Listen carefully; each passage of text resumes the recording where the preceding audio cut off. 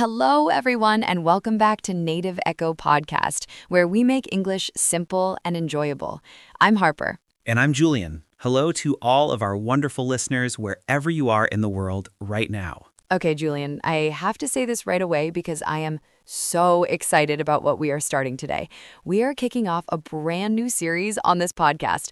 Over the next episodes, we are going to share over 1,000 conversation patterns with you. 1,000. Real ones, the kind that native speakers use every single day. 1,000 patterns? That is a big promise, Harper. It is a big promise, and we mean it. Every single episode in this series, we are going to focus on 2 patterns. Just 2. We go deep, we practice together, we make sure you really feel comfortable using them before we move on. No rushing, no overwhelming lists, just 2 patterns done properly. I love that because I think a lot of learners have seen lists of phrases before, long, intimidating lists, and they read them once, maybe twice, and then they forget everything. Exactly. That is the problem with lists. You see the word, you think, okay, I understand. And then 3 days later, you cannot use it in a real conversation. You freeze. Your brain just goes blank. Which is the worst feeling when you are trying to speak English. The absolute worst. So this series is different. We are going to give you 2 patterns per episode. We are going to use them in real conversation. We are going to tell you stories with them, and we are going to make sure they stick. And by the end of this series, you will have over 1,000 patterns living in your head, ready to use anytime. And I want to say something to our listeners right now. If you want to go even deeper with this series, we have a WhatsApp channel. The link is in the description below this episode. On that channel, we share daily updates, study materials, and PDF books to go along with what we do here on the podcast. Yes, please join us there. It is completely free, and it is a wonderful community of learners. So check the description, find the link, and come join us. Okay, are we ready to start? Let's do it. Episode 1 of the 1,000 Patterns series. What are our 2 patterns today, Harper? Today, we are starting with 2 of the most common, most useful, most everyday patterns in spoken English. Pattern number 1 is I'm gonna, and pattern number 2 is I'm getting. Oh, these are perfect choices for episode 1. These 2 come up constantly. Constantly. And here's the funny thing. A lot of learners know these words separately. They know I am, they know gonna, they know getting, but when it's time to actually use them in a real conversation, something breaks down. Why do you think that happens? I think it's because they learned English from textbooks, where everything is very clean and proper. The textbook says, I am going to, not I'm gonna. And so when they hear real people speak, it sounds different. It sounds fast. It sounds almost like a different language. That is such a good point. In textbooks, you always see I am going to the store, but nobody actually says that. In real life, you say I'm gonna go to the store. It just flows differently. Right, and that small difference, that tiny pronunciation shift, makes a huge difference in how natural you sound. So let's start with pattern number 1, I'm gonna. Julian, can you explain what gonna actually is? Sure. So gonna is just a relaxed spoken version of going to. When native speakers talk fast and naturally, going to becomes gonna. It's not lazy or incorrect, it's just how the language actually sounds in real life. I'm going to eat sounds like I'm gonna eat. I'm going to call you later sounds like I'm gonna call you later. And the key thing here is that I'm gonna is always followed by a verb, a doing word. You never say I'm gonna tired. You say I'm gonna feel tired. I'm gonna rest. I'm gonna try. Exactly. The pattern is I'm gonna plus a verb. That's the formula. Okay, so let me tell you about a moment from my life when I'm gonna was basically the only thing keeping me going. This is a true story. A few years ago, I decided I was going to learn how to cook properly, from scratch. I had been living on instant noodles and takeaway coffee for about 2 years at that point, and I just decided, that's it. I'm gonna learn to cook.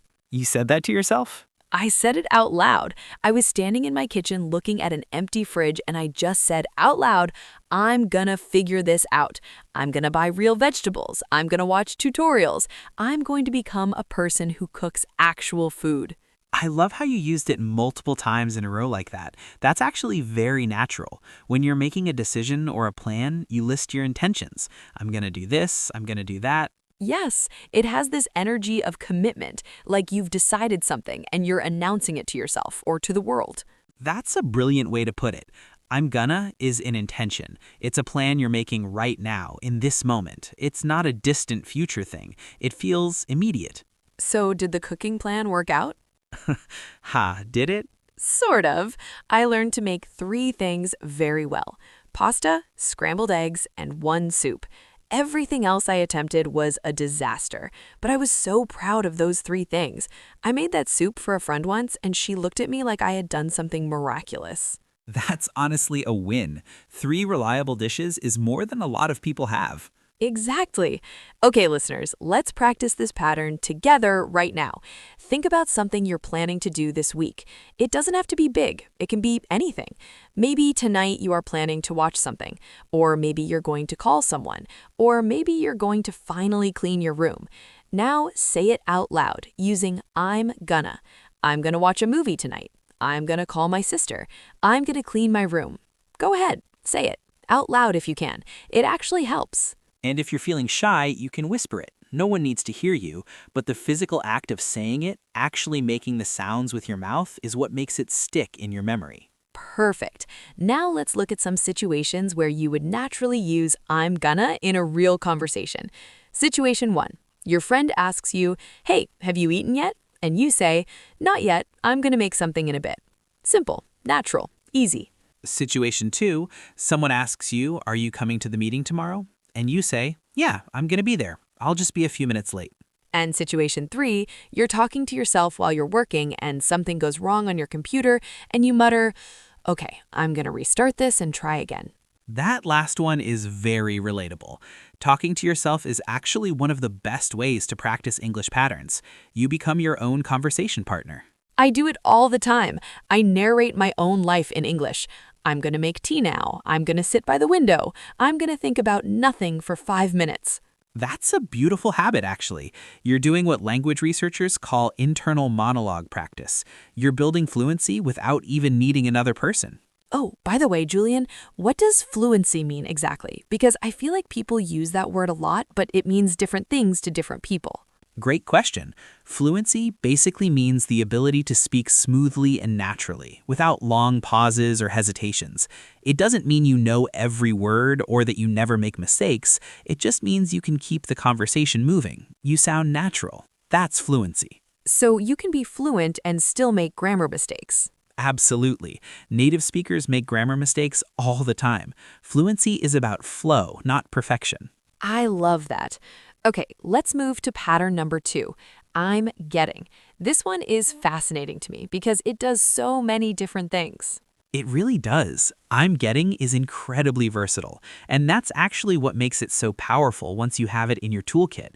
You can use it to talk about a change that is happening right now. You can use it to talk about obtaining something. You can use it to talk about understanding something. So many uses.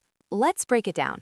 The first use of I'm getting is to talk about a change that is happening, a process. Something is shifting. For example, I'm getting tired. That means the tiredness is arriving, it's building, it's growing. I'm not fully exhausted yet, but the tiredness is coming. Other examples of this use: I'm getting hungry. I'm getting nervous. I'm getting better at this. I'm getting used to it. That last one is so common. I'm getting used to it. That means something that was strange or difficult is starting to feel more normal. You're in the middle of that adjustment process. Right. Like if you move to a new city, someone might ask, "How's it going?" And you say, "It's good. I'm getting used to the neighborhood. I'm getting used to the commute." Okay, here is my story for I'm getting. So a few months ago, I started waking up early, like genuinely early, 5:30 in the morning early, which for me was basically the middle of the night. You are naturally a late person? I am very naturally a late person. Left to my own devices, I would wake up at 9:30 every single day and feel no guilt about it. But I decided to try this early morning thing because I kept hearing about how productive it makes you. And? The first week was painful. I would sit at my desk at 5:45 in the morning just staring at the wall. But I kept telling myself, I'm getting better at this. I'm getting used to it. I'm getting there. Oh, I love that. I'm getting there. That's such a useful phrase. It means you're not done yet, you're not there yet, but you're making progress. You're on your way. Use it for yourself when things are hard. Use it to encourage someone else. You're getting there. We're getting there. So, did the early mornings stick? Mostly. I'm still not a 5:30 person, but 6:15 I can do now. That's progress. Absolutely. 6:15 is an achievement. Okay, let's look at the second use of I'm getting, obtaining something. Getting something means receiving it or going to get it. I'm in the process of getting it. Or someone calls you and asks where you are, and you say, I'm getting my keys. I'll be right there. Or your friend says, "Do you want anything from the kitchen?" And you say, "No thanks, I'm getting some water in a sec." I'm getting a haircut tomorrow. I'm getting a new phone next week. The pattern is the same. I'm getting plus a noun plus a thing. And the third use is understanding. I'm getting it. That means comprehension is arriving. You're starting to understand something.